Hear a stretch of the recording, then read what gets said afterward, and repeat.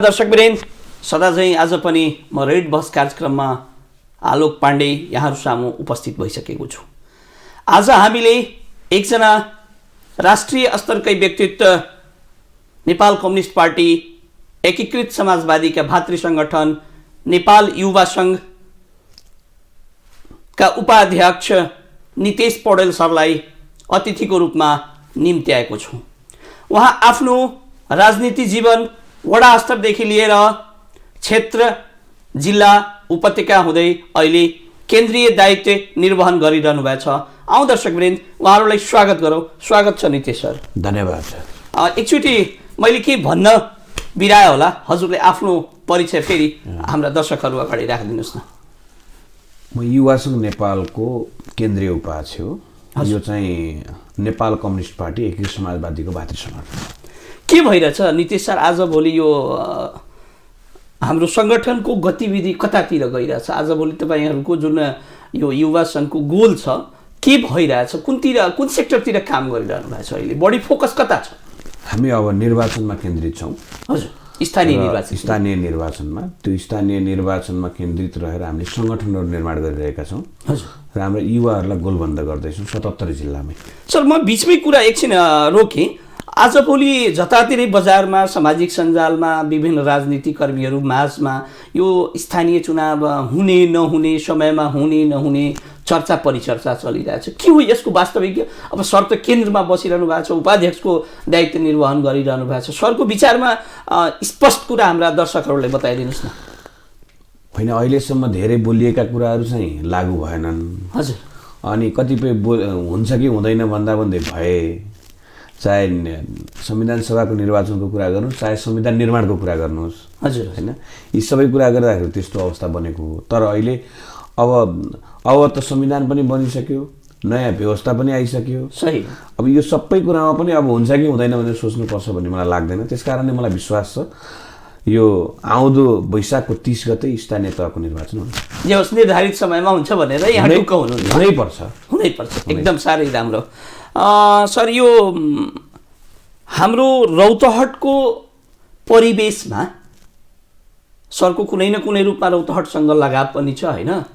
यो वास्तवमा यहाँको युवाहरू कतातिर गइरहेछ? कतातिर लग्दाखेरि के कुरा राख्दाखेरि यहाँको युवा सही तरिकाले एउटा राष्ट्र सेवामा तल्लीन हुन्छ भन्ने विषयमा सरको के छ अवधारणा? हेर्नुहोस्, यो राज्यको तर्फबाट नै खासमा रौतहट मात्रै होइन। हजुर, हाम्रो मध्य प्रदेशकै कुरा गरौँ। हजुर, यहाँभित्र विभिन्न खालका व्यवसायहरू थिए, उद्योग धन्दाहरू थिए, त्यसलाई बन्द गरियो। यसको उद्देश्य यो हामीले अहिले छेडिक हेरिरहेका छौँ, तर कालान्तरमा एउटा उद्योग बन्द हुँदा यहाँको कृषकदेखि लिएर अरू सबैजनाहरू बाहिरिनुपर्ने अवस्था छ आर्थिक रूपबाट। हजुर, र ती युवाहरूलाई चाहिँ आफ्नो देशमा कसरी ल्याउन सकिन्छ भन्ने कुनै विदेशी शक्तिकै एउटा प्लान देख्छु म चाहिँ। किन हामी कहाँ चाहिँ प्लान चाहिँ हामीले प्लान बनाइरहेको छौँ। चाहे शिक्षाको कुरा गर्नुहोस्, हजुर, चाहे स्वास्थ्यको कुरा गर्नुहोस्, होइन, चाहे रोजगारीका कुरा गर्नुहोस्, यो सबै के छ भन्दाखेरि अरूले प्लान गरेको कुरालाई इम्प्लिमेन्टेसन भइरहेछ अहिलेसम्म। आखिरमा यस्तो कहिलेसम्म छ? त्यस कारणले म के भनिरहेको छु भन्दा, हजुर, हामी पनि के भनिरहेछौँ भन्दा सबैजनाले कि व्यवस्था परिवर्तन भयो। यो व्यवस्था हाम्रो लागि एकदम राम्रो छ। हामी युवाहरूको लागि यो व्यवस्था सबैभन्दा राम्रो छ। तर यहाँभित्रका नियम कानुन जुन परिस्थितिहरू छन् त्यसलाई बदल्न जरुरी छ। त्यो बदल्नका लागि अर्को सङ्घर्ष जरुरी छ। त्यसका लागि हामी तयार हुँदैछौँ। त्यो सङ्घर्ष गऱ्यो भने मात्रै यहाँका युवाहरूका बारेमा चाहिँ उचित रूपबाट अगाडि बढाउन सकिन्छ। हामीले त्यही सङ्घर्ष गऱ्यौँ र युवा ब्याङ्क बनाउनुपर्छ भन्ने लाग्यो। युवा स्वरोजगारका लागि चाहिँ विभिन्न कुराहरू उठायौँ। जस्तो अहिले चाहिँ राष्ट्रिय युवा परिषद बनायौँ। त्यो युवा परिषद चाहिँ युवाको नीति बनोस् भनेर हामीले त्यो गरे हो। युवा परिषद मार्फत हाम्रो नीति बनोस् र युवाहरूलाई कम्तीमा त्यो युवा परिषदले गरोस् भन्ने हाम्रो चाहना थियो। तर त्यहाँ पनि के भयो, एउटा यो राजनीतिक नियुक्तिका लागि मात्र नियुक्ति भएको छ। हामी के चाहन्छौँ त्यसमा प्रत्यक्ष निर्वाचित होस्। त्यहाँ गएको मान्छे प्रत्यक्ष एउटा चाहिँ राम्रो युवाहरूले देशभरिबाट चुनुन् र त्यो चुनिएको व्यक्ति चाहिँ त्यहाँको नेतृत्व होस्, जसले चाहिँ भावी 4 वर्ष युवा नीति कस्तो बनाउने भनेर एउटा चाहिँ उसले भोलि यो देशको प्रधानमन्त्री कसरी जान सकिन्छ भने पोलिसी तयार गर्न सक्ने एउटा व्यक्ति बनोस् भन्ने हामीले खोजेको हो। त्यसका लागि हामीले त्यो खोजेको, तर यहाँ त्यो भइरहेको छैन। त्यसलाई चाहिँ विभिन्न ढङ्गबाट रोक्ने र युवाहरूले कतै हामीलाई धावा बोल्छन् कि भन्ने डर कतै कतै छ। त्यो डरका कारणले पनि यो कुराहरू लागू भइरहेछन् जस्तो लाग्छ मलाई। अहिलेको परिस्थितिमा एउटा ठुलो सङ्ख्यामा यो जिल्ला लगायत राष्ट्रकै युवाहरू बिचलीमा परेको अवस्था छ। वास्तवमा युवा नै भनेको देशको राष्ट्रको मूल सम्पत्ति हो। यिनीहरूलाई सही मार्गमा प्रवाह गर्न कस्ता किसिमका नीतिको आवश्यकता छ? पहिलो कुरो त हामीले राष्ट्रिय पुँजीको विकास गर्नुपर्छ। हजुर, राष्ट्रिय पुँजीको विकास भन्ने बित्तिकै युवाहरूले काम पाउन थाल्छन्। उदाहरणको लागि एउटा मात्र हेर्नुहोस्, यो मेरो पर्सनल विचारको रूपबाट छ। यो नेपालमा वार्षिक 1 अर्बको खुर्सानी मात्रै आउँछ, बाहिरबाट निर्यात हुन्छ। अब यसलाई रोक्नुपर्ने छ। त्यो रोक्ने उपाय के हुन्छ भने प्रत्येक घरले 3वटा खुर्सानीको बिरुवा रोप्यो भने र आफ्नो घरमा बाहिरबाट खुर्सानी किनेर नल्याउने वातावरण बनाइयो भने त्यो 1 अर्ब रुपियाँ राष्ट्रिय पुँजीमा परिणत हुन्छ, वृद्धि हुन्छ। सही हो। त्यो 1 अर्बलाई तपाईँले कतै लगानी गर्नुहोस् त, त्यसपछि त्यसको रोजगारी सिर्जना हुन्छ कि हुँदैन? हुन्छ। यसका बारेमा सोचौँ। अहिले यो राज्य नै ट्रेडमा बाँचिरहेको छ। अर्थात् यसलाई भन्ने हो भने एक किसिमले उसले राम्रो शब्द प्रयोग गर्यो, तर म के भन्छु भने दलाल अर्थतन्त्रमा बाँचेको छ। यो अर्काबाट सामान किनेर ल्याउने, त्यसबाट आएको कमिसनबाट राज्य चलाइरहेको छ। हामीले उत्पादन गरेको पैसा, उत्पादन गरेको सामग्री बिक्री वितरण गरेर राष्ट्रिय पुँजी निर्माण गरौँ र त्यसबाट सरकार चलाउँ न। अनि अहिले आएका यी विभिन्न कुराहरू, एडका कुराहरू जे आइरहेछन्, यी कुराहरू पनि हामीलाई दबाब पनि हुँदैन, आउँदा पनि आउने छन्। अग्रगामी युवाहरू पारिवारिक, सामाजिक, आर्थिक विभिन्न कठिनाइको कारणले ऊ आफ्नो जीवनको एउटा मिसन वा अध्ययन गर्ने जुन एउटा निर्धारित उसको गोल छ, त्यो बिचमै छोडेर जाने हाम्रो यो मध्य प्रदेशको ठुलो एउटा समस्याकै रूपमा पहिचान गरिएको छ। यसलाई रोक्न, छेकबार लगाउन के गर्न सकिन्छ त? पहिलो कुरो त शिक्षा नै जरुरी छ। हाम्रो शिक्षामै खराबी छ। कुन हिसाबले? जुन शिक्षा प्रणाली भनिरहेछौँ यसमा चाहिँ प्र्याक्टिकल कुरै छैन। एसएलसी पास गरेको मान्छे र नगरेको मान्छेमा भिन्नतै आइरहेको छैन। यसलाई परिवर्तन गर्न जरुरी छैन र? तर मैले अहिले सोचेको, हामीले संस्कृतको कुरा गर्छौँ। हजुर, सबैभन्दा राम्रो त संस्कृत शिक्षा नै लागू गर्नुपर्छ। तर संस्कृत शिक्षालाई 2वटा विषयलाई जोडिदियो सँगै।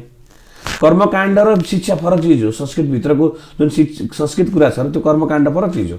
कर्मकाण्डलाई ल्याएर खराब छ संस्कृत भन्ने बनायौँ हामीले, जसले गर्दा हाम्रो संस्कृति नै मासिरहेको छ। हामी अन्त्य गइरहेका छौँ। जे हो संस्कृत जगेर्ना गर्नुपर्छ, यसको पक्षमा सर हुनुहुन्छ। तपाईँ संस्कृत विषय हो। हजुर, संस्कृतको अध्ययन गर्न जरुरी छ।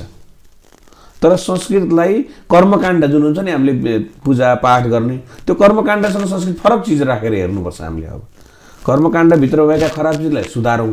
हजुर, संस्कृतलाई लागू गरौँ, नम्बर 1। नम्बर 2, हामी शिक्षाको रूपबाट लिएर जाने भने म्याथलाई पढौँ। नम्बर 3, हामीले गऱ्यौँ भने यसलाई विज्ञान गरौँ। नम्बर 4, हामीले त्यसलाई अगाडि बढाउन सक्यौँ भने चाहिँ अङ्ग्रेजी पढाउँ।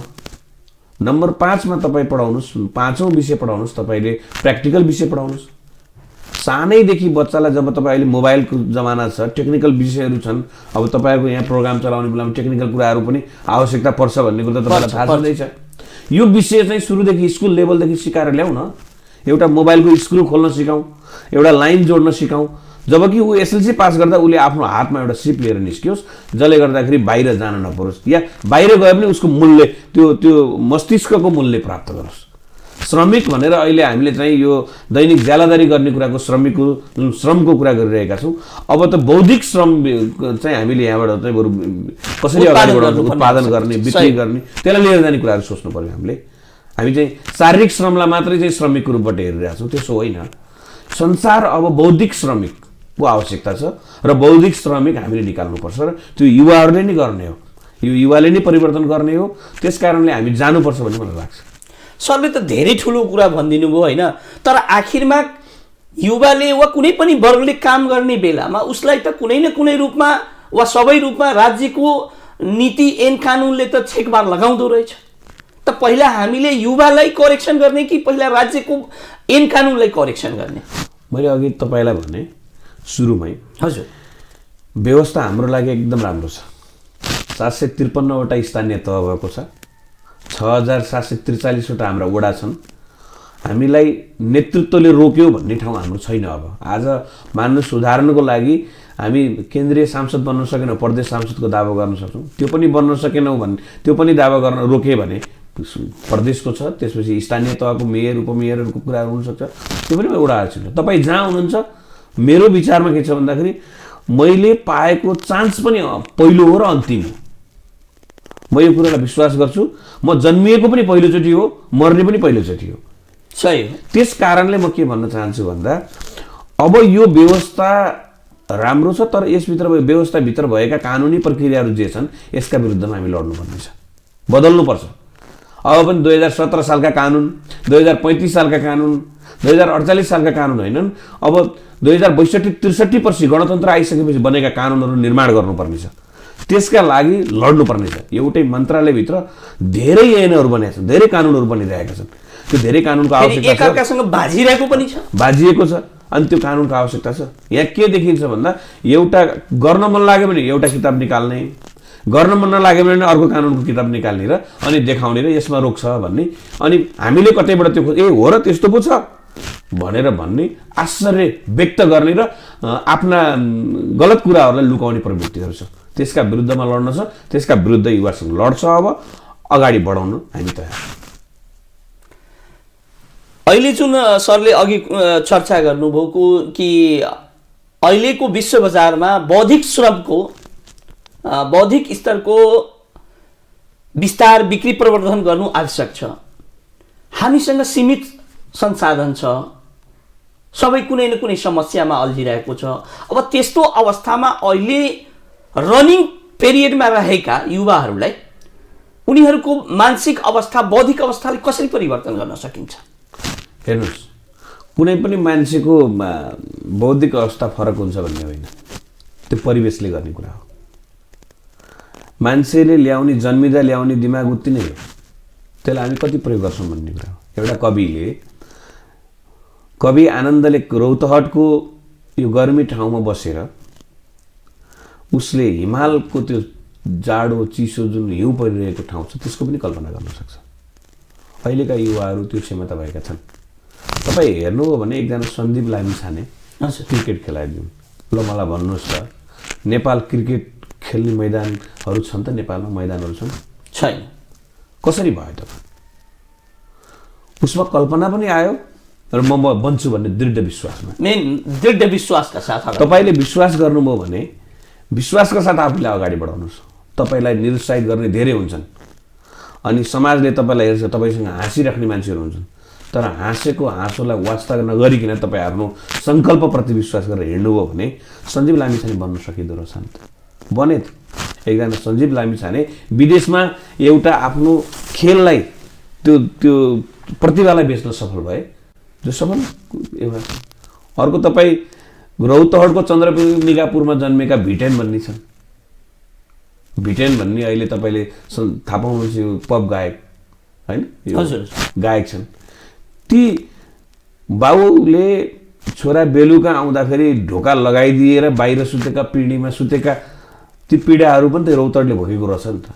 छ। आज भिटेन देशभरि चर्चित छन्, पप गायकको रूपबाट अगाडि बढाएको छन्, सुपरस्टारको रूपबाट अगाडि। उनी जहाँ जान्छन् टिनेजका सबैलाई प्रभावित बनाउँछन्।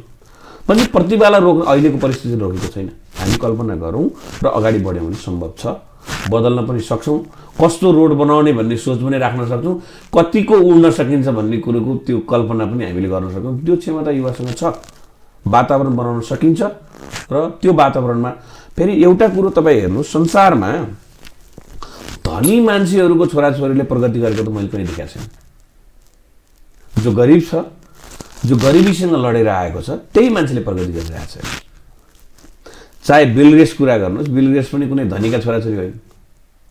उनले पनि जम्मा जम्मी $1500 सुरु गरेको आज विश्वको धनी व्यक्तिका रूपमा छन्। तपाईँ अन्त किन जानुहुन्छ? धीरुभाइ अम्बानी होइन, अनिल अम्बानी अहिलेको उनका बुवा कति धनी थिए र, तर आज हेर्नुहोस् उनका छोराछोरीको स्थिति कहाँ पुगे। दुईवटा कोठामा राखेका, दुईवटा कोठा लिएर दुईटा छोरा एउटा छोरी हुर्काएको होइन धीरुभाइ अम्बानीले? सही हो। अनि कसरी धीरुभाइ अम्बानीका छोराहरू आज धनी भए, एसियाकै धनी छन् भनेपछि यो गरिबले नै गरिबी जे हुन्छ अभाव, अर्थात् म भन्छु गरिब नभनौँ, त्यसलाई अझै अभाव भनौँ, अभाव जे हुन्छ अभावले नै सिर्जना ल्याउँछ। अभाव भयो भने सिर्जना हुन्छ, सिर्जना भएपछि त धेरै कुरा परिवर्तन भइहाल्छ। अहिलेको समग्रमा साउथ एसियाकै कन्डिसन छ, तर हामीले उतातिर नगएर आफ्नो राष्ट्र, आफ्नो प्रदेश र जिल्लाको युवाहरू बढी सङ्ख्यामा आफ्नो जवानी वैदेशिक रोजगारतिर, विदेशको देश बनाउनतिर लगिरहेछ। यसलाई सही तरिकाले आफ्नै भूमिमा, आफ्नै माटोमा प्रयोग गरेर देशलाई कसरी उर्वर बनाउन सकिन्छ? होइन, सकिन्छ मजाले। समस्या छ जस्तो मलाई लाग्दैन। हेर्नुहोस्, मैले के देखिरहेको छु भन्दा हाम्रो देशको जनसङ्ख्या अहिले त झन् घट्यो, 3 करोड जनसङ्ख्या मानौँ न उदाहरणको लागि। हजुर हजुर, अहिले त 2 करोड समथिङ भएको छ। हजुर, होइन, जनसङ्ख्या किन घटिरहेछ त भन्ने कुरातिर चिन्तित छु म चाहिँ। म त जनसङ्ख्या वृद्धि गर्नुपर्छ भन्ने मान्छे हो। जब युवा हुन्छन् तब मात्रै परिवर्तन हुन्छ। त्यसका लागि त जन्माउनु जरुरी छ, बच्चा जन्माउनु जरुरी छ। तर जब मान्छे पलायन छ, बाहिर छ बिचरा, कतिपय बाध्यताका कारणले छ, कतिपय घरमा हुँदाहुँदै पनि उसलाई घरमा टन्न सम्पत्ति छ, उसको छोराछोरी पाल्न पनि सक्छ, नाति नातिना पाल्न पनि सक्छ, तथापि ऊ गइरहेछ, कसैलाई सोख छ। त्यो चाहिँ सोख किन हुँदो रहेछ भन्दाखेरि म अमेरिकाको मान्छेलाई हेर्नुभयो भने अमेरिकनहरू छोडेर अरू देशमा बसिरहेछन्। फिलिपिनोलाई हेर्नु भने फिलिपिनीहरू सबैभन्दा धनी, तर अस्ट्रेलिया उनीहरू माइग्रेट भइरहेछन्। चाइनिजहरू बाहिर देशहरूमा छन्।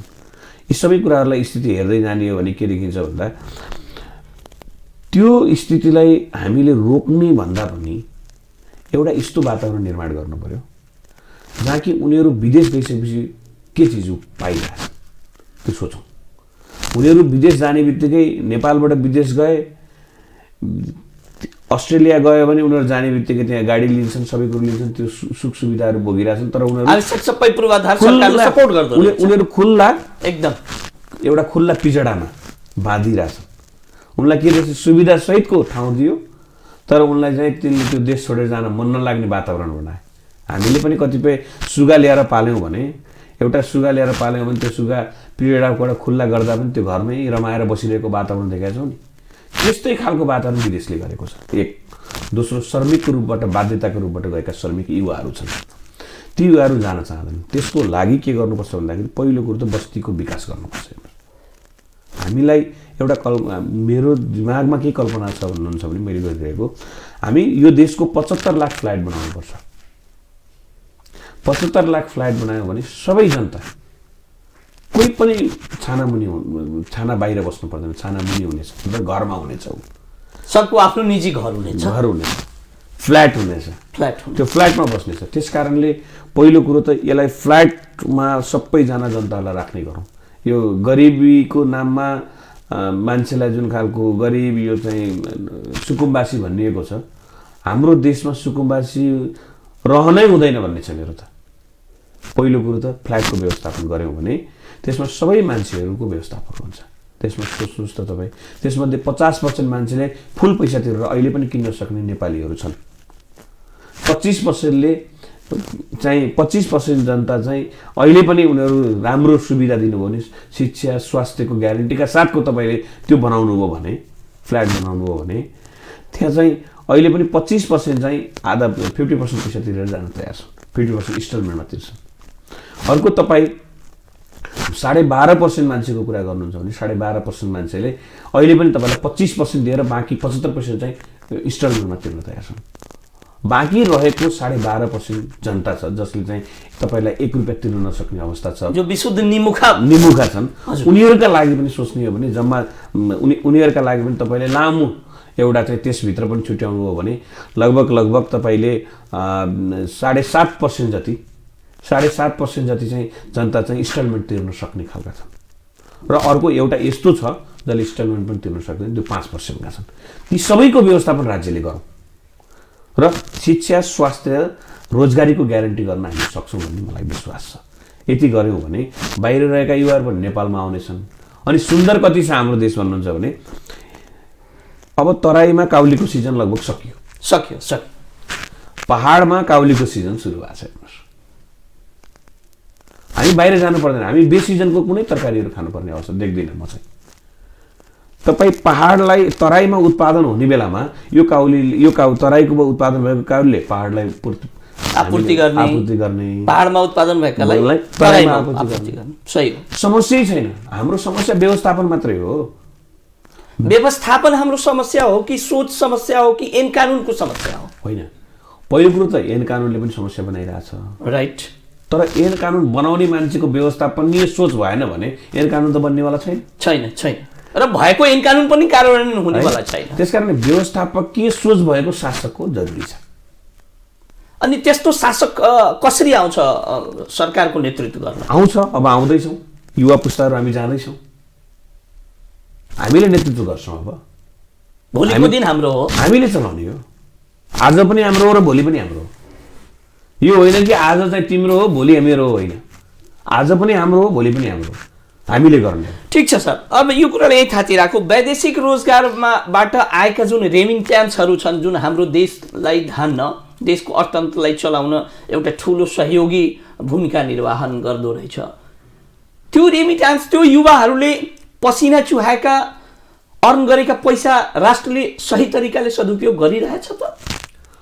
होइन, त्यही त समस्या छ। हेर्नुहोस्, पैसा भएन भने राष्ट्रिय पुँजी बन्दैन।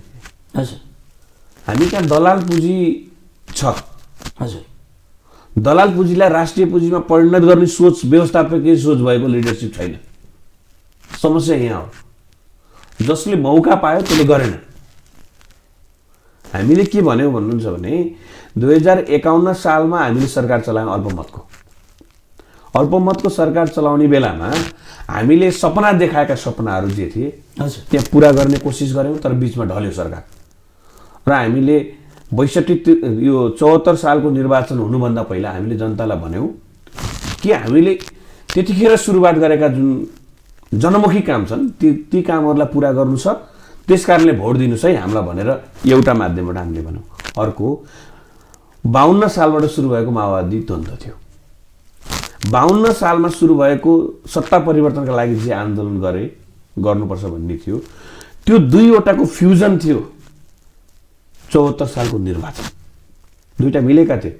52 सालबाट 10 वर्षसम्म देखाएको सपना, हजुर, र 51 सालबाट हामीले देखाएको 74 सालसम्म 51 सालमा देखेको सपना, त्यो दुईवटा सपनाको फ्युजनका कारणले 74 को निर्वाचन र 74 को निर्वाचनमा नेकपाले चाहिँ बहुमत ल्यायो। तर शासकको सोच त्यस्तो भएन। जो नेतृत्व थियो, जो अध्यक्ष भए भन्छन्, तिनको सोच व्यवस्थापकको सोच थिएन। यदि गरेको हुन्थ्यो भने त्यो सफल हुन्थ्यो। हेर्नुहोस्, आज हामी तपाईँलाई गर्वका साथ भन्न सक्छौँ कि हामीले यो विकास गर्यौँ भनेर। तर आज हामी भन्न सकिरहेका छैनौँ। शासक गलत भएपछि समस्या हुँदो रहेछ। त्यस कारणले म यही टेलिभिजन मार्फत अनुरोध के गर्न चाहन्छु भन्दाखेरि तपाईँले भोट हाल्ने व्यक्तिको छोडिदिनुहोस्।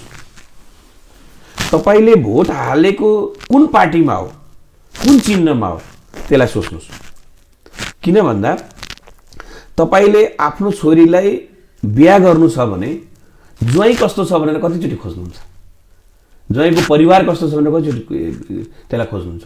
अनि भोट हाल्ने बेलामा तपाईँले खोज्नु पर्दैन। तपाईँले जुन पार्टी अर्थात् कलम चिन्हलाई भोट हाल्नुभयो भने कलम चिन्हको नेतृत्व कसले गरिरहेछ त केन्द्रमा?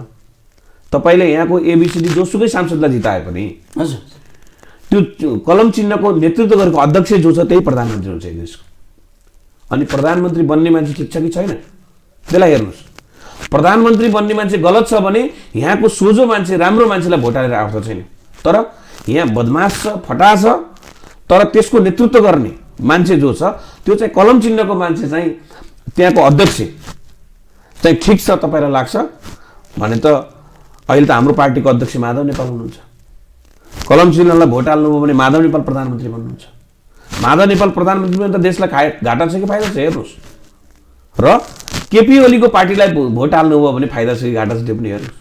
केपी ओलीले त 74 सालको निर्वाचनमा पाइसके, तिनले पाए। त्यो मौका थियो उनको जीवनको लागि। उनले दुईचोटि प्रधानमन्त्री भइसकेका थिए, तेस्रोचोटि प्रधानमन्त्री भए। एउटा मान्छेले पहिलोचोटिको मौका गुमाइसकेको मान्छेले दोस्रोचोटि पनि गर्छ भन्ने त मलाई विश्वास छैन। तर फुल मेजोरिटीका साथ उनले कानुन बदल्न सक्थे, नियम बदल्न सक्थे, यी सबै कुराहरू बदल्न सक्ने सक्ने सरकार थियो तर सकेन। उसले के गर्यो, खालि दलालहरूलाई प्रश्रय दियो। झापाको टी स्टेट जग्गा छ एउटा, कुनै बेला सरकारले अधिग्रहण गरेको थियो र एउटा यस्तो नियम बनाए कि आज 1 करोड पर्ने जग्गाको 1 करोड पर्ने जग्गा छ भने अब त्यो त कुनै बेला अधिग्रहण गरेको थियो।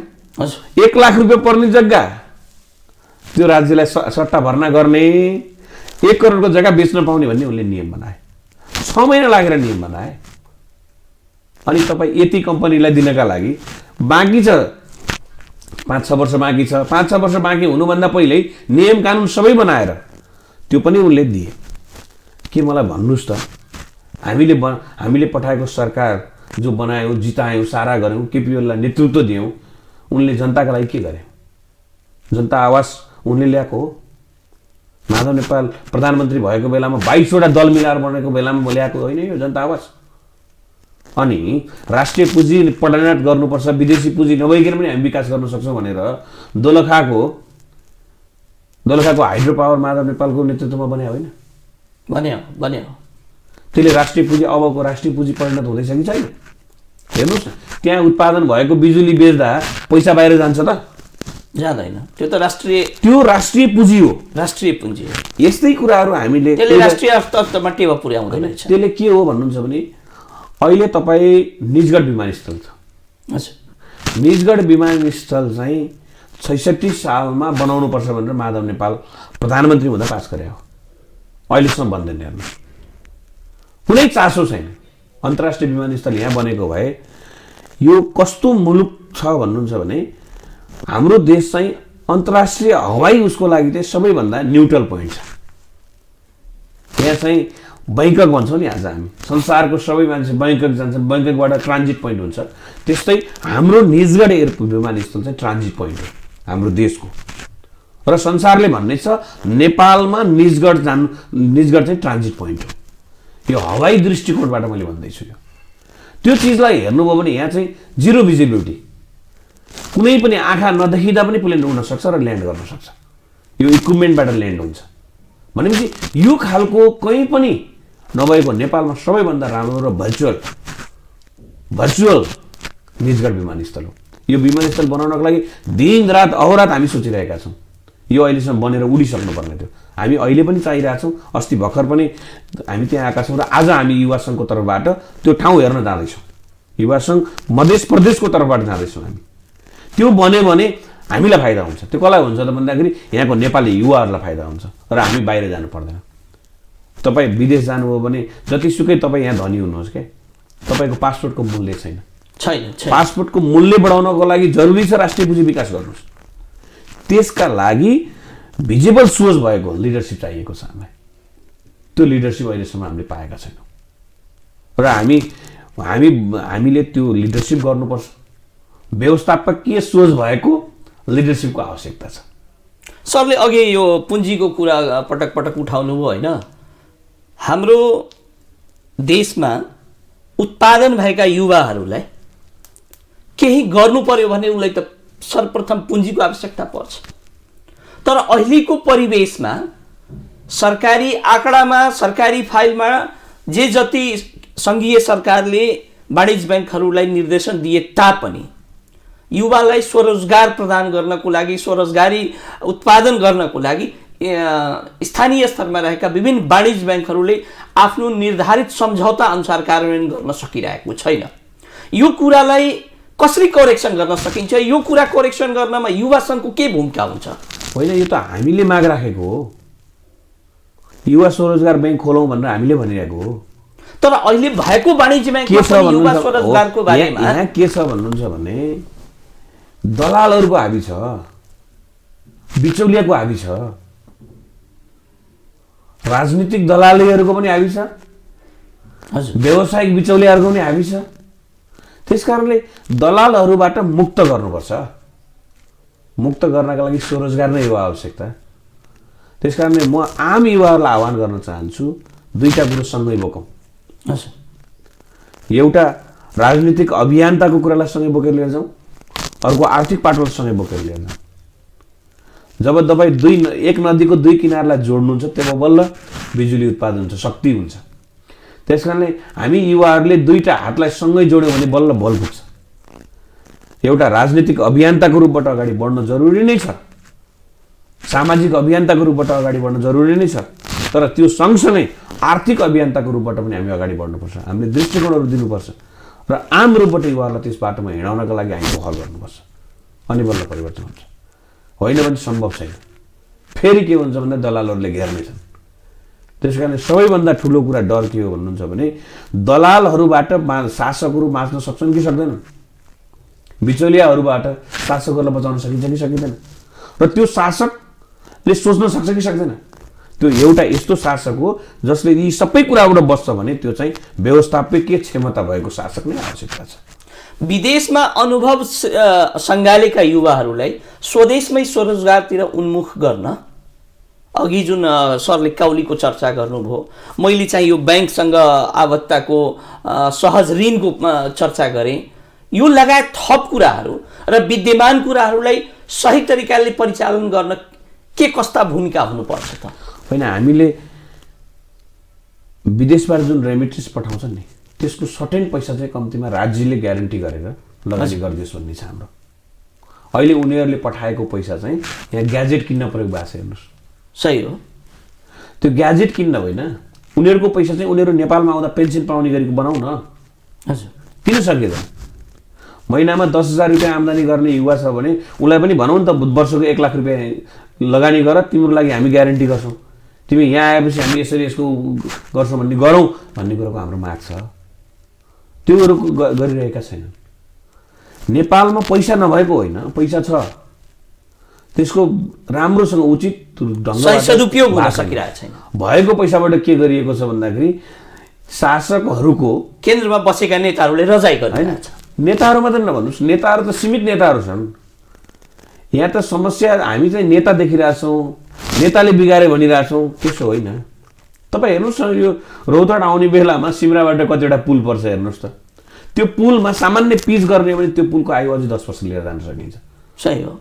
कुनै बेला यस्तो थियो जतिखेर पुलमा गाडी चल्दा आनन्द महसुस हुन्थ्यो, अरू अन्त ग्राइबिल थियो, डङडङ डुडुङ उठ्थ्यो, गाडी उठ्थ्यो, तर पिचमा त्यो पुलमा गइसकेपछि आनन्द थियो। तर आज सिमराबाट रौतहट आउँदा बिजोग के छ भन्नुहुन्छ भने पुलमा गएपछि गाडी उफ्रिन्छ, खाल्टाखुल्टी छ, अनि यहाँ कर्मचारी तन्त्र छ जसले जिम्मेवारी पाएको छ, त्यो जिम्मेवारी पाएको व्यक्तिले त्यसलाई चाहिँ सही तरिकाले निर्वहन गर्न सकिरहेको छैन। समस्या यहाँ हो।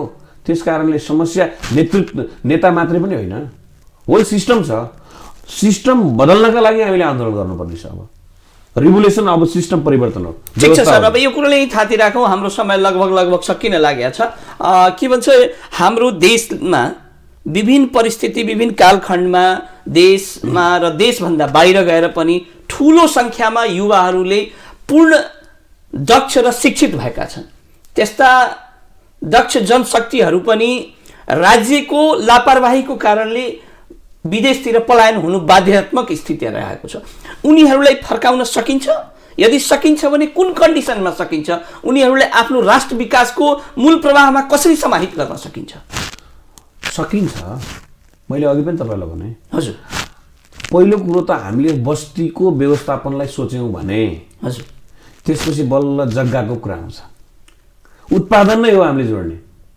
उत्पादनमा तर उनीहरूलाई, ठिक छ म बिचमै कुरा काटेँ, उनीहरूलाई बस्तीको कुरा गर्नुभयो, उत्पादनको कुरा गर्नु, तर उनीहरूले विदेशमा पाएका सुख सुविधा लगायत काम गर्ने मौका हाम्रो मुलुकमा छ त? अहिले छैन, बनाउन सकिन्छ। त्यो बनाउन त टाइम लाग्छ, टेक्स टाइम। यो जिम्मेवारी होइन, नेतृत्व गर्ने सरकारमा होइन। यो चाहिँ हामीले राम्रोसँग गऱ्यौँ भने, हजुर, विदिन 5 इयर्समा हामीले ती विदेशमा रहेका युवाहरूलाई, जनशक्तिहरूलाई, र मान्नुहोस् विदेशमा गएर नेपालले जुन छोरछोरी जन्माएका छन्, हजुर, उनीहरूलाई पनि हामी नेपाल फर्काउन सक्छौँ। अनि तपाईँ नेपाल फर्क भन्ने यहाँ वातावरण नदिएर फर्किन्छ र? फर्किँदैन। तपाईँ कस्तो छ भन्नुहुन्छ भने, हाम्रो युवा सङ्घ नेपालको तर्फबाट हामीले चाहिँ त्यहाँ केही साथीहरू मिलेर कालिज पालन गरिएको छ। सबै फाइलदेखि लिएर पहिलो कालिज फर्म गरियो। हजुर, काठमाडौँमा छ त्यसको। त्यो पहिलो फाइल सबै कुरो पास भयो, रेडी भयो, फाइनल भइसक्यो। दिन मात्रै प्रमाणपत्र ल हुन्छ तपाईँहरू अगाडि बढ्नुहोस् भन्ने कुरा फाइनल सिग्नेचर भयो, तर कुनै कर्मचारीको टेबलमा लुकेर बसेको छ। अनि उसले के गर्छ, त्यसैको फोटोकपी गरेर नाममा न्यू राखेर फेरि उतापट्टि विदेशी जहाँ हाम्रो एड्रेस थियो त्यहाँ चाहिँ करस्पोन्डेन्ट गरिरहेछ। र उसले के गर्छ भन्दा हामीसँग कम्पिटिसन गर्न अर्को तयार गर्यो। उसलाई मतलब छैन कि यहाँको युवाहरूलाई अगाडि बढ्छ। त्यस कारण सिस्टम बदल्न जरुरी छ, नियम बदल्न जरुरी छ। यो सर आशावादी हुनुहुन्छ चुनावपछि हाम्रो सिस्टम बदलिन्छ? बदल्नै पर्छ, विकल्पै छैन। नभए विकल्पै छैन, नबदलेर हुन्छ। यो देश यस्तो रहन सक्दैन, बदल्नुपर्छ। आशा छ, सम्भव पनि छ, हामी गर्छौँ। सर एउटा अब योभन्दा पृथक जिज्ञासा, अहिले राष्ट्रिय स्तरमै ठुलो सङ्ख्यामा एउटा पक्षले एमसिसी पास हुनु हुँदैन, एउटा ठुलो सरकारलाई नेतृत्व गर्ने एउटा के भन्छ समूह नै लागि परिरहेछ कि एमसिसी जसरी भए पनि पास गर्नै पर्छ। हिजो मात्रै हाम्रो सम्मानीय प्रधानमन्त्रीजीले संसदमा यो कुरालाई टेबल गर्नुभयो होइन। के छ यो वास्तवमा एमसिसी यो पास हुँदाखेरि राष्ट्रहितमा हुन्छ कि नहुँदाखेरि राष्ट्रहितमा हुन्छ? संक्षिप्तमा हाम्रा दर्शकहरूलाई बताइदिनुहोस् न। म तपाईँहरूलाई भनौँ हजुर कि यो चाहिँ विदेशी एड हो। हाम्रो जस्तो मुलुकहरू संसारमा छन् ती सबैलाई धनी विकसित मुलुकहरूले चाहिँ दिनुपर्ने एड हो यो। हजुर, तर यसमा जुन खालको शर्त छ त्यसमा चाहिँ पुनर्विचार गरोस् भन्ने, एमसिसीले गरोस् भन्ने छ। जस्तो हाम्रो संविधानभन्दा माथि त एमसिसी हुन सक्दैन। संविधानभन्दा माथि राजा थिए, त्यही भएर राजा फालेर यो गणतन्त्र ल्याएको हो। अनि एमसिसी अहिले आएर राजाभन्दा संविधानभन्दा माथि भएर राजाको ठाउँमा एमसिसी लिन सक्छ त? त्यो त विदेशी प्रोजेक्ट हो। फेरि उसले हामीलाई एकदमै माया गरेर दिया हो र यो? पक्कै होइन। त्यो त नियम कानुन सबै बनाएर उनीहरूले बनाएको चिज कारणले हामीलाई दिया हो नि। सही हो। अनि फेरि यो आउने पैसा चाहिँ यो 50 अर्ब भने कुनै ठुलो पैसा पनि होइन। हाम्रो बजेटको कुल बजेटको 3% हो जम्मा। कुल बजेटको 3% हो हाम्रो। एउटा हाइड्रो पावर मात्रै राम्रोसँग बनायो भने त्यसले यसलाई थेगिदिन्छ। त्यस कारणले त्यो समस्या होइन। समस्या यहाँ त्यहाँभित्रको नियत के छ भन्ने कुरा हो। क्या एमसिसी ल्याउन हुन्छ कि हुन्न भन्ने बहसमा भन्दा पनि एमसिसी ल्याउँदाको नियत के हो भन्ने हामीलाई प्रश्न, जनतालाई प्रश्न उठिरहेको छ। हामी प्रश्न उठाइरहेका छौँ। त्यसको भोग अधिकार गर्ने कसको अधिकार हो भन्ने कुरो चाहियो। त्यसले बिक्री गरेर जब आम्दानीको स्रोत बनाउँछ त्यसको कुरा कसले प्रयोग गर्छ भन्ने चाहियो। त्यसको आम्दानीका कुराहरूलाई अडिट कसले गर्छ भन्ने कुराहरू चाहियो। त्यहाँभित्र कुनै खराबी कुरा गऱ्यो भने हामीले औँला उठाउन पाउने कि नपाउने भन्ने कुरा चाहियो। करेक्सन गर्ने ठाउँ चाहियो। भनेपछि यो कुराको बारेमा हामीले सोचिरहेका छौँ। र त्यो कुराको निर्णायक अधिकार पनि हाम्रो राष्ट्रलाई चाहियो। त्यसको भूमिको अधिकारको हो त? हजुर, त्यो चाहियो। हाम्रो राष्ट्र हो कि विदेशी मुलुकको एउटा प्रोजेक्ट हो? हामी एमसिसीको विरुद्धमा होइन, एमसिसीले गर्न खोजेको तरिकाको विरुद्धमा छौँ कि हामी। त्यसो भए त्यसलाई सुधारिएर ल्यायो भने पास गर्न सकिन्छ होइन? नेपालको कानुनभित्र रहेर सबै चिज रहन्छ भने त हामीले एड त लिएकै छौँ नि। त्यसमा सोच्न सकियो। तर यथा स्थितिमा एमसिसी पास गर्नु हुँदैन, गलत हुन्छ। हामी राम्रो गर्दैनौँ। यो चाहिँ कस्तो हुन्छ भन्नुहुन्छ भने इन्डियामा इस्ट इन्डिया कम्पनी आएको थियो। हजुर, व्यापारको नाममा आयो। इस्ट इन्डिया कम्पनीले त इन्डिया चलायो त। पछि त भारतलाई इस्ट इन्डिया कम्पनीले चलाएको होइन, चलाएको हो। त्यो त सर्वविदितै कुन ढङ्गबाट आएको थियो त? आउने तरिका फरक हो। आउने तरिका फरक छ। एमसिसी त्यस्तो त होइन। एमसिसीले हाम्रो सरकार चलाउने त होइन। एमसिसीले हाम्रो देश चलाउने त होइन। एमसिसीले हाम्रो जमिनको सबै अहिले सानो लिएको अधिकार त पुरै स्वामित्व लिने त होइन। प्रश्न खडा छ यहाँ। कसैको मनमा के लागिरहेछ भन्दाखेरि नेपाललाई चाहिँ 10 वर्षलाई कुनै देशलाई लिजमा दिन पायो भने त्यो देश बन्छ भन्ने कल्पना छ। अनि त्यसो भए चाहिँ म भन्छु उहाँहरूले आफ्नो घर मलाई दिनुहोस् न त, त्यसपछि उहाँ बस्नुहोस् त्यहाँ। कस्तो हुँदो रहेछ? मेरो हुकुममा चल्नुहुन्छ उहाँ? पक्कै चल्नुहुन्न। विदेशी हुकुममा चल्नका लागि देशलाई चाहिँ निहित व्यक्तिगत फाइदा हुन्छ भनेर दिने हो त? त्यो त हुँदै हामी दिन सक्दैनौँ। हाम्रो स्वाभिमान छ।